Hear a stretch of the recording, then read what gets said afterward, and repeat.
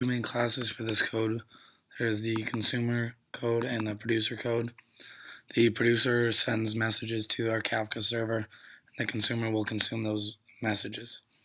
To start the Kafka server locally, you go into the Kafka directory.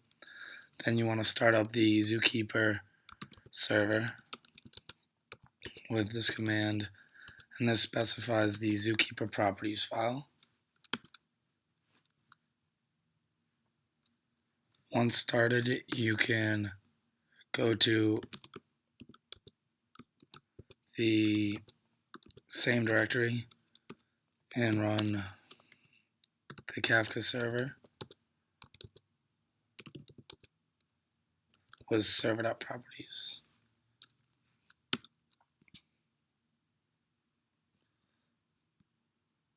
So you can see that Kafka started right here, and now we can go into the producer code. So in this code, we have a watcher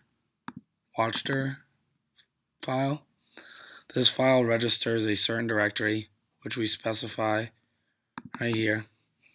And anytime a new file is added, we will call handle event.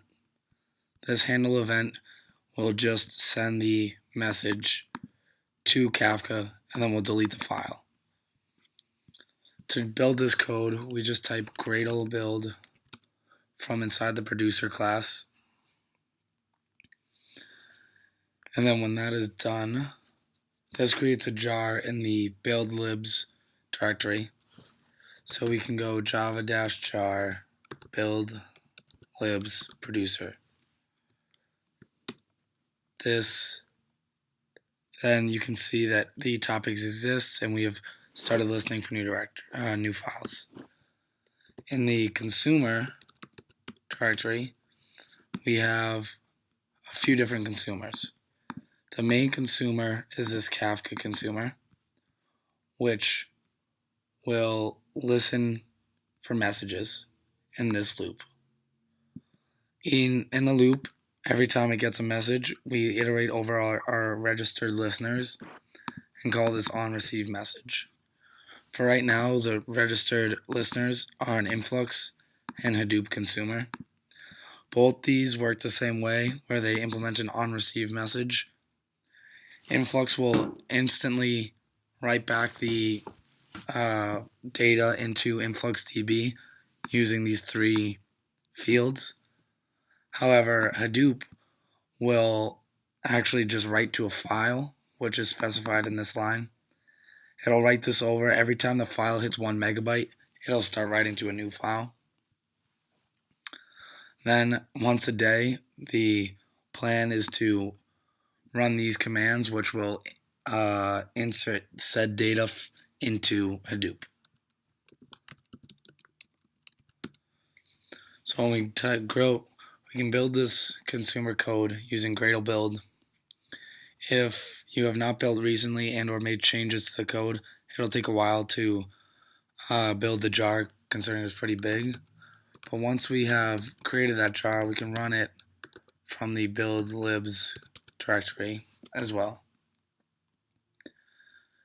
This should show you how many topics exist. Doesn't necessarily matter. And to test this, we know that this is listening for changes to the data directory. We can see there are a bunch of data files. If I remove these, we don't have them. Now if I copy from our data backup file,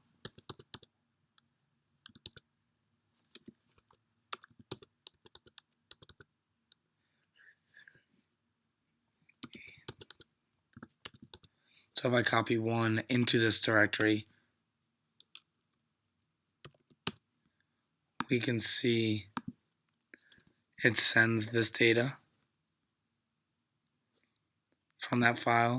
We saw that we got all this data, so we know that everything is working. If you have any more questions, there is an email at the bottom of the training slides, as well as you can Google up on some of these things and or read the readmes in the GitHub repo.